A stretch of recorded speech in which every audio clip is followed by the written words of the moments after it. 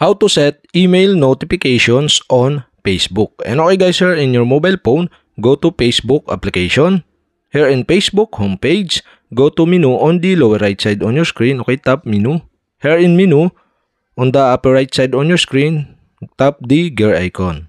Here in settings and privacy and preference section, you can see here the notifications. Okay, tap the notifications. In notifications, scroll down. And here where you receive notifications, you can see here the email. And the email is set into on suggested. So you can set this by tap the email.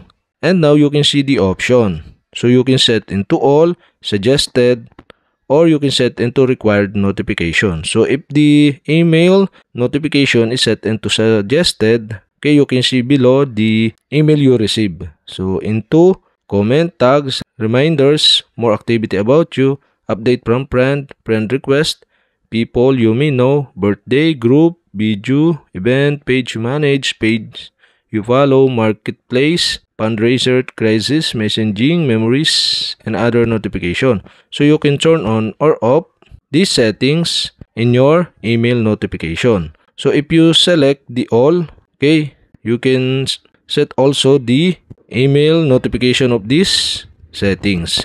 But if you select the required notifications, okay, these settings will not impact the notification that other admin receive.